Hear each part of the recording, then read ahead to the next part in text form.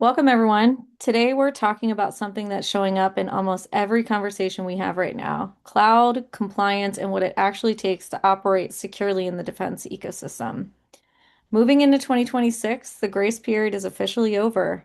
We are now in phase one rollout of the CMMC final rule, and the conversation has shifted in public sector from what are the rules to how do we pass an audit without breaking our business operations. Sunil and Kenny are here with me.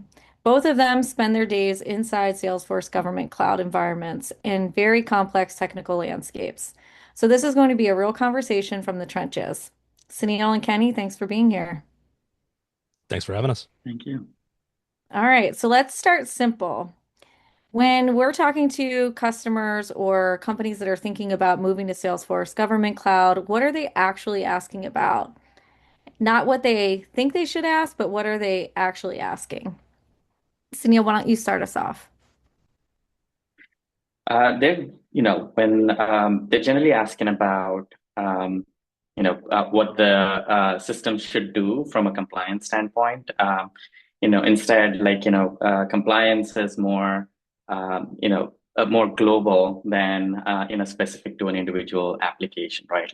So if you consider an application and the controls that go around it, a lot of these controls are not just about how this application behaves, but also the infrastructure, the policies, the permission setup as an organization, right? So it's much beyond just one or two applications within the organization.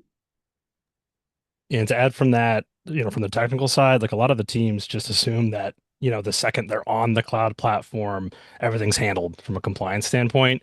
It's like, hey, we're on GovCloud, everything should be fine. We've purchased the licenses, we're good to go. We can keep going back to selling to the federal government, right? But what folks don't realize is that sure, you're on the government cloud platform and that platform is compliant, but you yourself, as the customer, the user, has the ability to potentially deviate from that or make it not compliant through shared controls. Things like controls for access can be widened. Integrations that you may have that you'd want to bring over into the government cloud may not be compatible or compliant themselves. You also may need to start doing things like logging your events that happen within your environment, which again isn't, while it's usually there if you were to purchase Shield, for example, it's not being used for anything. So being able to enable those data points to be used is something that you just don't have right outside the box, right? Um, and then actually handling the data itself, folks can still download and kind of do bulk queries and pull data out of your government cloud implementation. And once that data leaves that boundary, um, it's susceptible to spillage, right? Or it is spillage at that point. So all that responsibility is still with that customer, even though they are on, the government cloud platform. So you talked a little bit about the data residency, Kenny, and I think this comes up a lot when we're talking to business stakeholders, especially because they realize they're already selling to the DoD or they're already supporting contracts or they already have CUI data in their commercial instances. So that's when the panic sets in. But when we're meeting with customers, a lot of times they're talking about CMMC, FedRAMP, cloud architecture. Sunil, can you kind of bring that to life for us and help us understand the different layers between CMMC, FedRAMP, and cloud architecture?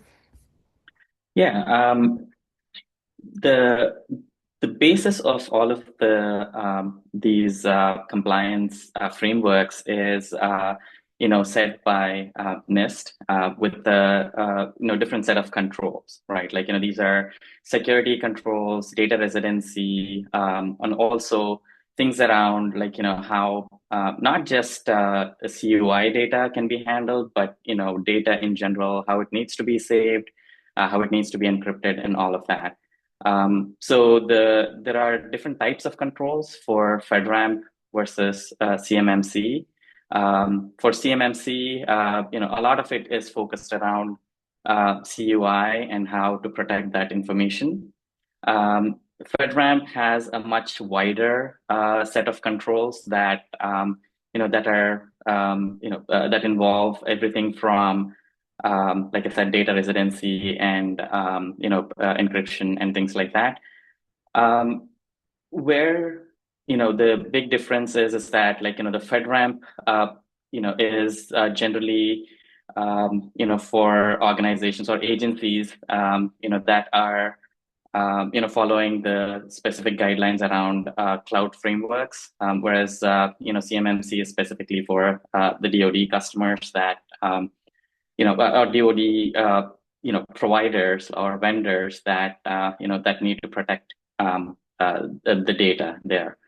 There is a little bit of an overlap in terms of the controls, but at the core of it is, data residency. All of the data needs to reside in, in the US, and managed by, US individuals for both of them. And there are some exceptions, but I mean that's generally, the norm for all of these controls.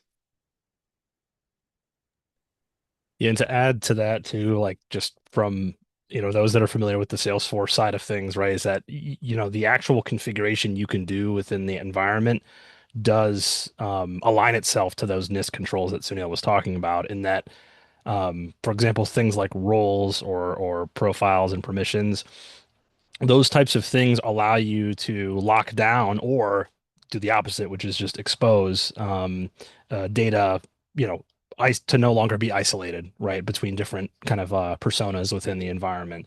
That goes for the same with like sharing rules or even scoping rules, if you're familiar with those, in that, you know, I may only want certain individuals to be able to access certain data within the system, which CMMC and FedRAMP controls generally follow least privilege ideology, right? And so all of that needs to be implemented through your typical configuration, whether that's yourself or an in-house team or a vendor that you're working with.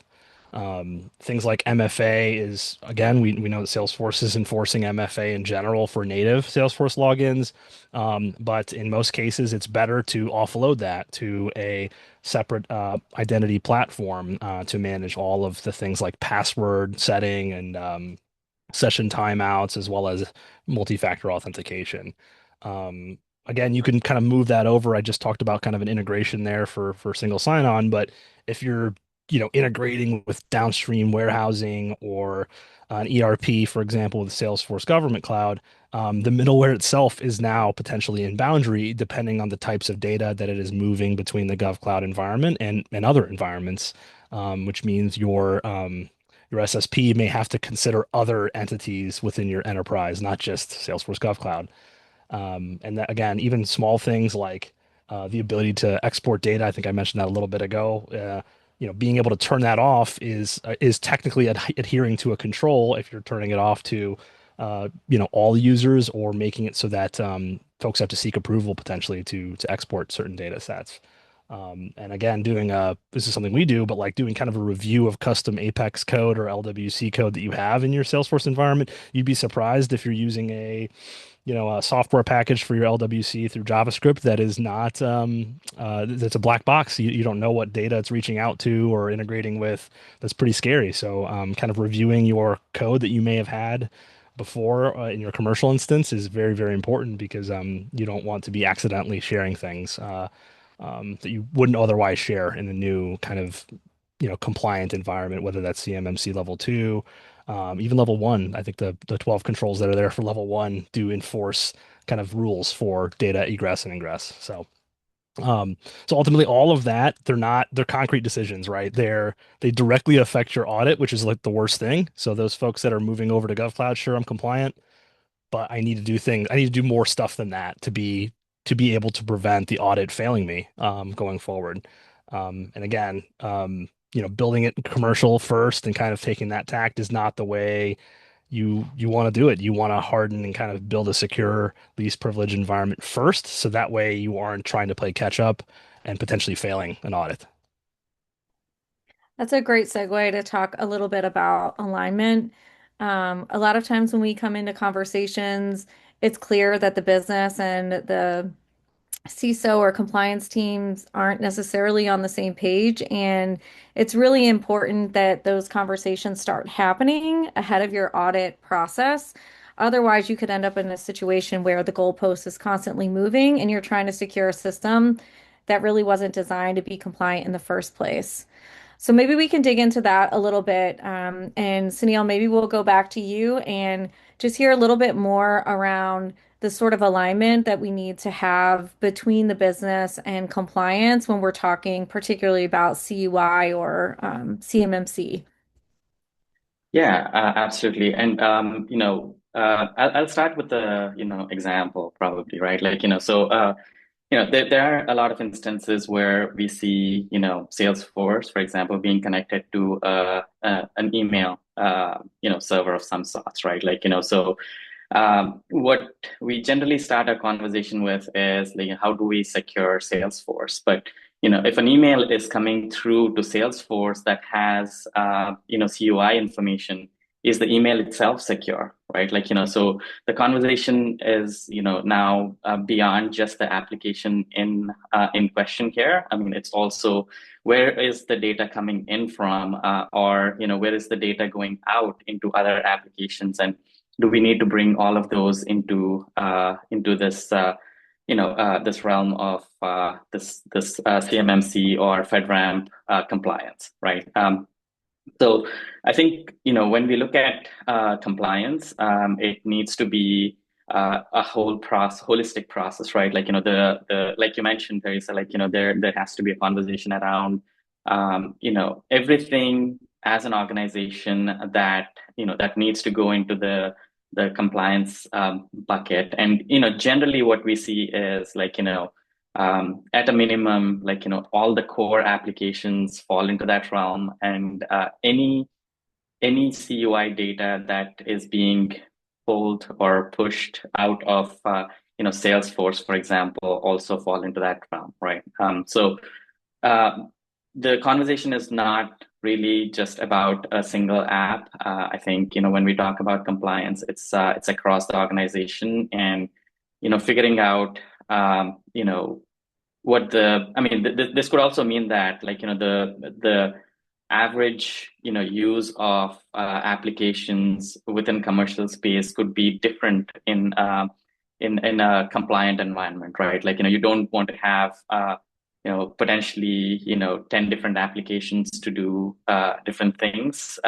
Maybe you start thinking about consolidating applications to keep the compliance requirements tight within a few applications versus spreading those out. That's just one of the examples, right? But there's a lot of different ways of evaluating how to build this compliant environment, and it really needs to start from the IT, CISO, and business working together.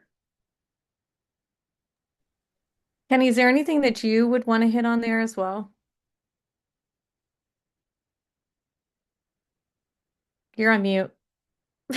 I'm muted, sorry. Um, so not maybe not a revision of what I was saying earlier, but like to kind of add to that piece around like considering all of the enterprise, not just Salesforce, is really like the question there around like if you want to store the CUI there in the first place. That comes up a lot with our clients, which is just for smaller environment or smaller companies, it just may not make sense to tackle that all at once. While I said it, when you tackle it, you should lock it down. You should, but only if you absolutely need to. If you're not storing CUI within your system, you don't really need to adhere to a lot of those policies that are meant to be kind of locking down your CUI and let it, keep it from leaving. If you're not storing any CUI at all, you definitely don't even need to potentially scope, government cloud Salesforce as part of your overall boundary, if that makes sense. To Sunil's point, meaning you should be able to make that choice up front, and then from there, that's where the technology should follow suit to those decisions made ahead of time. So Thanks for that. So maybe we need to like revisit the architecture part of this, and we go into conversations lending with or leading with compliance and realize that architecture and compliance kind of go hand in hand in that conversation. So Kenny, maybe you can take this one up. When we start talking about Salesforce Government Cloud with customers, what surprises them the most? Um, yeah, the thing that's well, the first thing is is ultimately that they can't just like copy pasta and move the entire environment over. Like that's I mean, that would be nice, but in most cases it's not that simple because it's not exclusive to be able to just do that. I mean, most environments that you have built even in commercial cloud are, if you're doing it right, are integrated with many other applications. They're integrated with the App Exchange if you're following best practices. Um, and in some cases, they have just features in GovCloud that just do behave a little differently. So because of that, there isn't just like a one-to-one feature parity between the two at a business level, I guess is the way to look at it. So some I guess examples of that is that if you have, 20 App Exchange products that you have in your commercial environment, and then you realize you have to move to GovCloud, the chances of all 20 of those App Exchange products is extremely low. Sorry, App Exchange products to be able to work and operate within a compliant environment on Salesforce GovCloud, that is extremely low. So most of the work we end up doing for a lot of these migrations to GovCloud for our customers really just deal with replacing that feature parity. The business expects that level of capability within the system, and they would like to see it on the GovCloud too. But the reality is, we potentially have to replatform or refactor that to use a different feature. So obviously, things that are 100% native to Salesforce typically get through that test per se. But again, most applications in the App Exchange have some storage data or storage of data outside of the platform.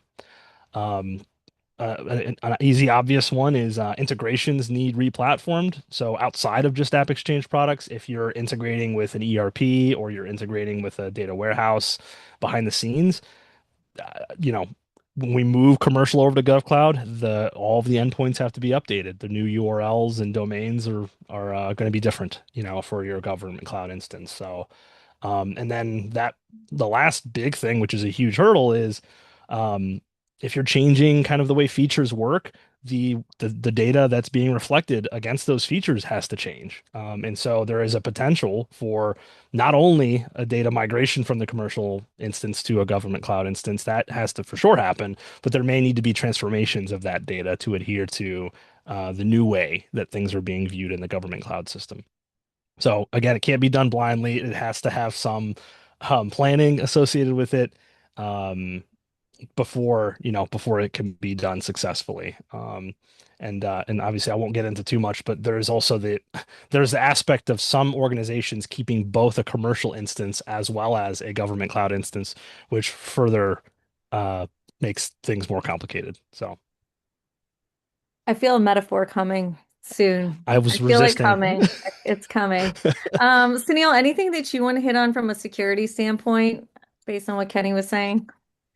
Yeah, I think Kenny started talking about this, a set of customers that have both commercial and GovCloud instances, and a lot of times, like the challenge is like does can the data exist in a fashion where it's reportable across both the commercial as well as GovCloud instances, right? And that actually goes back to the challenge of like what needs to be separated and how it needs to be separated, right? Like, and if you're commingling this data, for example, in a data warehouse, there has to be a plan around how to mask the data so it cannot be traced back to your government instance, right? So, for example, if you're doing a financial analysis and if you want to bring opportunity information from both commercial and GovCloud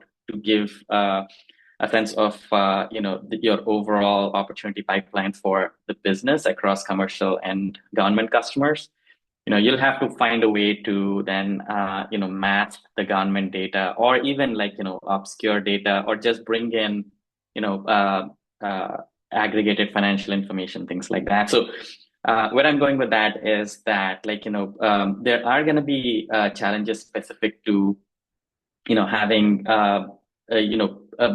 commercial as well as your government business, and commingling that data. And there are many ways to handle that, but it's also a conversation that needs to be had, like early on, to figure out what part of that data needs to be reported on together, or even if the decision is to keep those separate.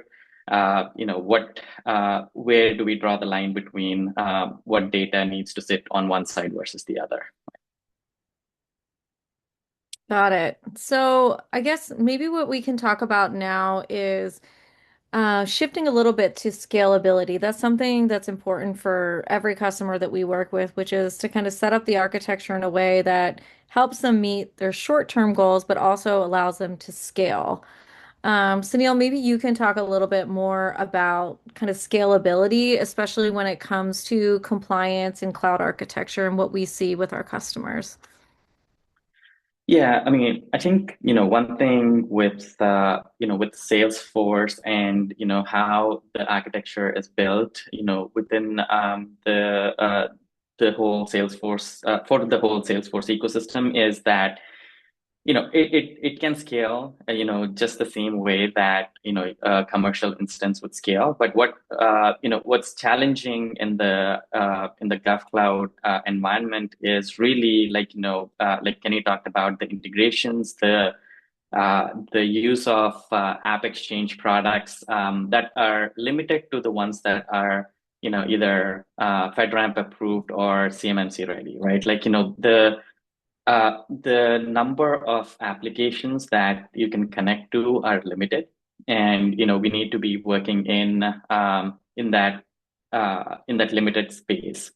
However, we can come up with integration patterns that adhere to all of these the controls that we talked about, and be able to connect to other applications that are either already FedRAMP approved, or non-FedRAMP applications as well.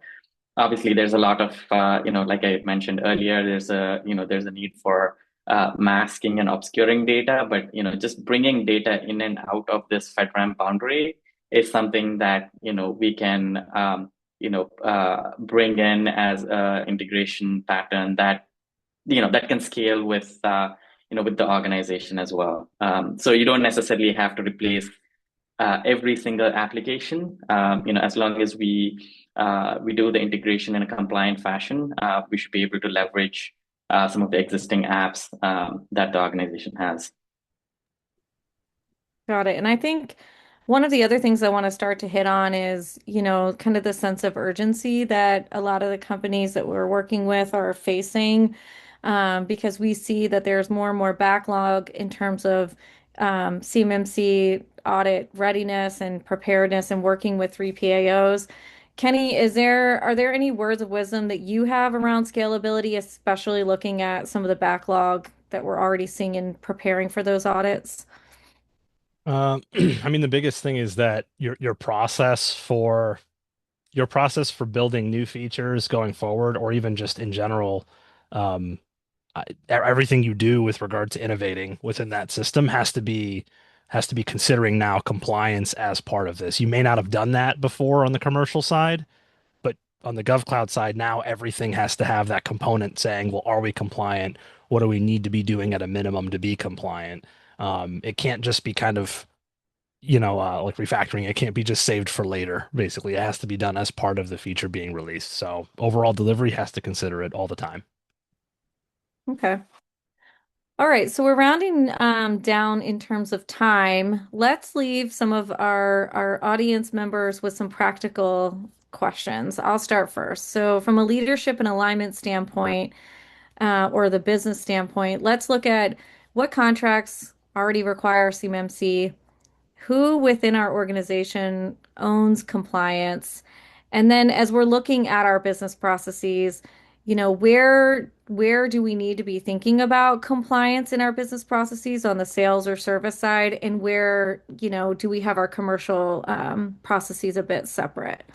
Sunil, what do you have to offer in terms of an architecture standpoint on questions that we should be thinking about? Yeah, I think one major question would be like, figuring out when is commercial cloud sufficient, and when does GovCloud or a compliant environment become necessary, right? I mean, to Kenny's point earlier, I mean, do you want to save COI data in an environment where that can be avoided? And so that determines the use of that commercial versus GovCloud, and also to the same point, like there's an aspect of you know some of the uh, government suppliers where the size of these companies may not be very large, and maintaining and managing two different environments could be an issue with basically you're sacrificing productivity for managing two different applications. So making that decision early on is going to be important. So I guess the question comes down to whether you're saving COI data in Salesforce, for example, and whether you can live with a commercial environment, or whether the GovCloud is absolutely necessary, right? How about Kenny, from an implementation standpoint, what are the questions that you would offer to customers? Yeah, I'd say the big one would probably be just making sure that the actual implementation is not, since it's not a button switch or a flipping a switch, right? There is a period of time with which, the migration will have to occur, which has an impact on the business. So, how do we avoid that, that impact, but also work around it to make sure that when folks are now operating within GovCloud, that um, uh, you basically are prepared for that, is I would say. Like, so can we do that? Can you all do that without kind of breaking your kind of your overall operations? Another question would be, what's the timeline for which you need to have this in place? I mean, Sunil was kind of touching on this a little bit, but ultimately, like, there's got to be some compelling event. Like, is there an audit coming and you have to be, on the GovCloud and compliant before that audit? That is, your timeline should walk backwards from there, pretty clearly. But if you don't have that timeline, again, that changes how you really, the options you have for an implementation. And then lastly, doing an inventory of not just the business process, but also your tech stack, which will involve things like your integrations that you're integrating with your other platforms as well. If you move to government cloud, for example, you may have to move other components within your enterprise, right? Or re-secure or even re-implement those integrations. Like that's a lot of work that maybe um, you weren't accounting for. Nobody wants more work. So when you're thinking about, again, talking to customers around their timeline, why now? Why does it matter now? I know in conversations that we've had, we've already seen primes asking for proof of CMMC level two compliance. And so we know that that delay impacts revenue. But Sunil, when you're asked the question, why now? What should our customers be thinking about? Yeah, from a CMMC standpoint, by the end of this year, the agencies can mandate the CMMC level two for their individual contracts, which is that potential compelling event for a lot of our customers, right? Like the RFPs, or like the solicitation itself might have that that requirement. And beyond that, like securing data is always a high priority. So regardless of that impending event, like all the data that CUI needs to be in a secure environment, and that's where regardless of whether the CMMC or FedRAMP, I mean the environment needs to be something that holds that data in the highest of the security, right? Kenny, before we close out, anything that you have to add in terms of why now? I mean, I would just start getting some of the understanding about what needs to be changed or affected just down on paper.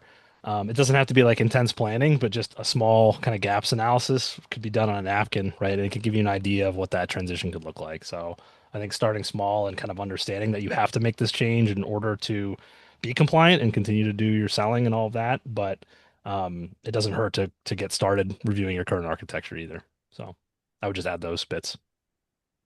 Great. Well, thank you guys all for joining us today. I think a couple takeaways before we close out. Hopefully, you've heard today why cloud compliance and architecture are not separable at this point or inseparable. I think, as you've heard, compliance is no longer a choice. It's the price of admission to be able to contend in the DoD space. And I hope you've heard a little bit from our architects here about how we can help. We understand the policy and security controls, but we can also bridge the gap between compliance and business operations, and our specialization in GovCloud Plus and government cloud architecture in general make that architecture audit ready. So stop tabling the conversation. Make sure you start talking with your teams about what you need to do to be ready for your CMMC level 2 audit, and reach out to us to get started. So before we sign off, Kenny, Sunil, we appreciate the conversation. Hope